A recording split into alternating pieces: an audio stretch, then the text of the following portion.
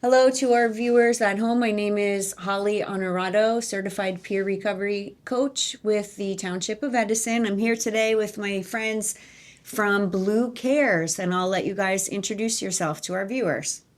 Hi, my name is Gabby Pasternak. I'm with Woodbridge Township Behavioral Health Services. Hello, my name is Jamie Platt. I'm with Woodbridge Township Behavioral Health Services. Amazing. So, can you please describe what Blue Cares is and roughly how long it's been around? Yes, so Blue Cares has been around. This year we're actually celebrating 10 years.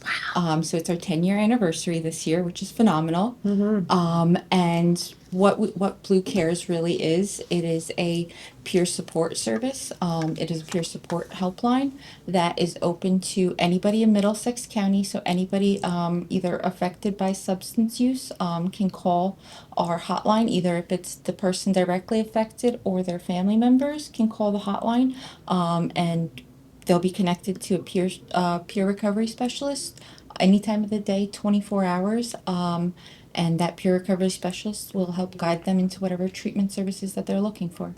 Nice. I love that. And can you just refresh our memory? What is a peer specialist? What is that? So, a peer recovery specialist is somebody with lived experience, and our entire team is certified. So, we're all certified peer recovery specialists. And it's just somebody that has lived experience in either substance use or mental health or co occurring.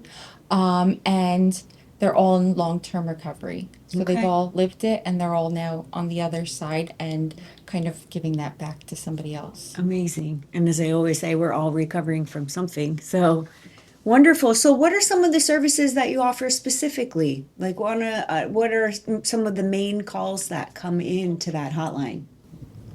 So we get a lot of different calls. So we have a few different portions to our program.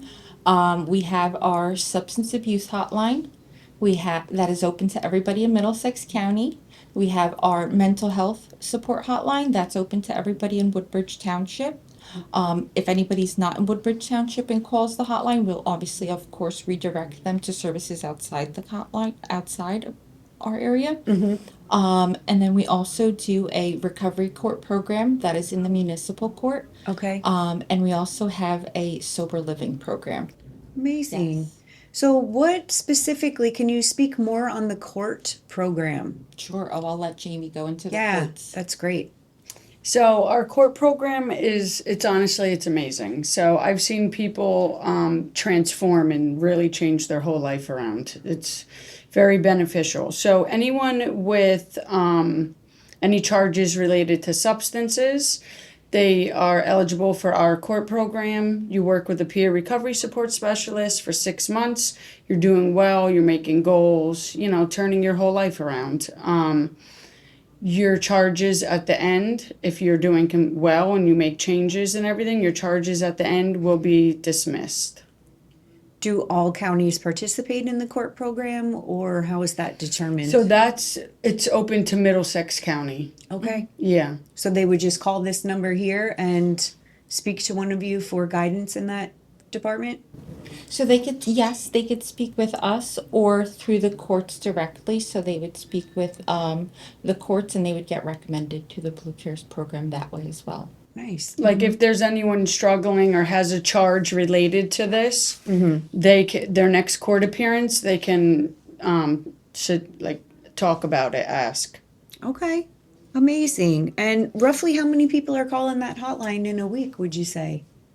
So I think in combination in total of all, like I said, like if somebody's calling the hotline requesting support for sober living funding, if somebody's Mm-hmm. calling for mental health support or our substance use support, I think in combination in total, I was thinking of this, I was like, I think it's like almost 15 to like 20 calls a week. And it almost sounds small, but Mm-hmm. then if you think about it, there's 4 weeks in a month.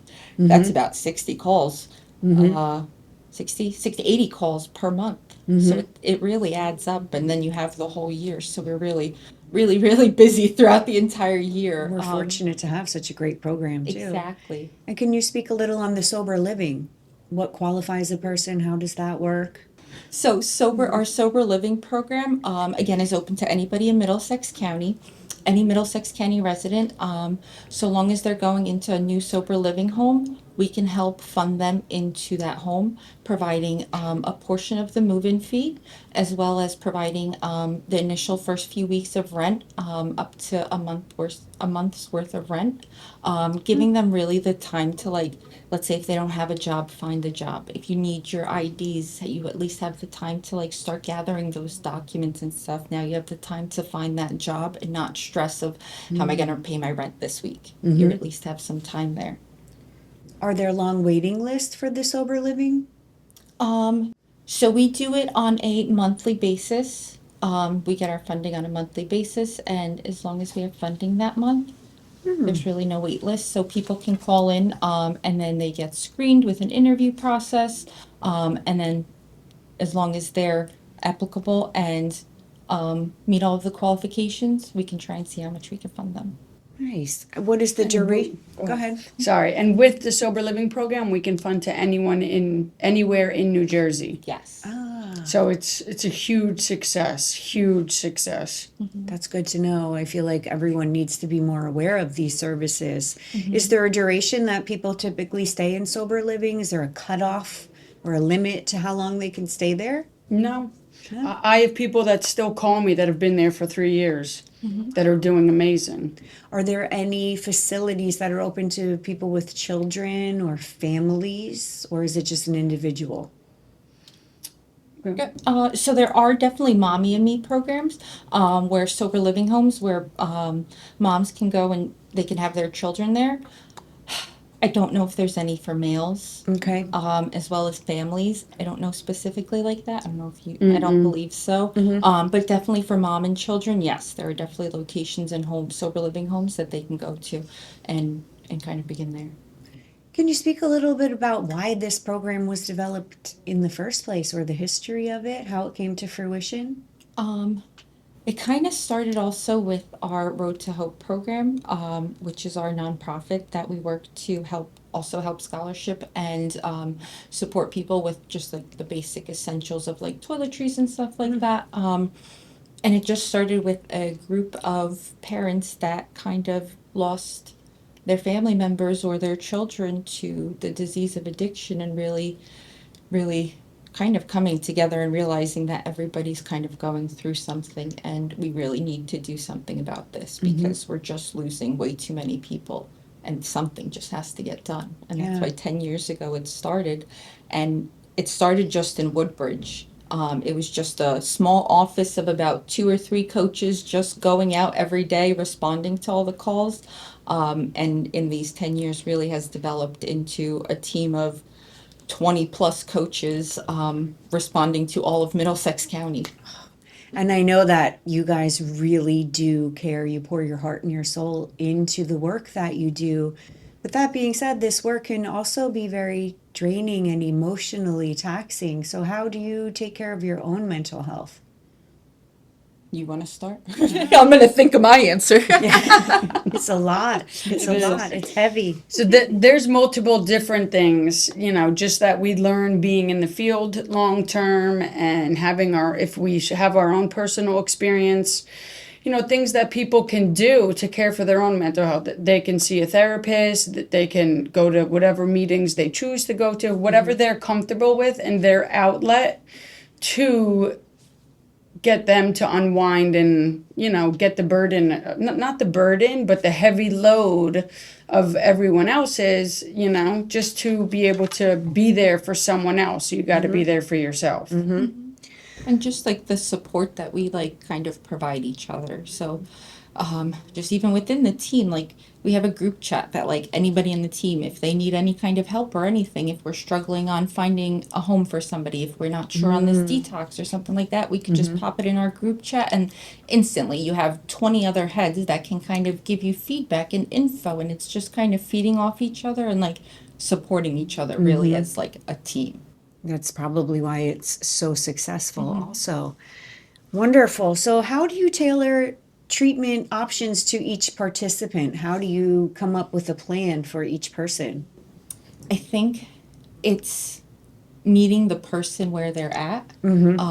Our approach is definitely not a one size fits all. I think no size fits all, no size fits any. And kind of going in with that approach of like where really just listening to the person and just understanding where they are right now, what do they need, and what are they trying to accomplish? Because if somebody, let's say we have family involved, and let's say the person wants their family involved, and we're hearing that the family wants them to go to a treatment center, but that person doesn't want to go to a treatment center, they're probably not going to go. So if we just kind of listen to where they're at and what they want to do, and we start with just building a support network, we really get to those maybe next steps of like maybe they then choose to go because now they want to go to a treatment center. Maybe they realize things like maybe that one support isn't enough, they need additional. But it's really just meeting that person where they're at and starting from that real space, building Okay. that trust and support with them.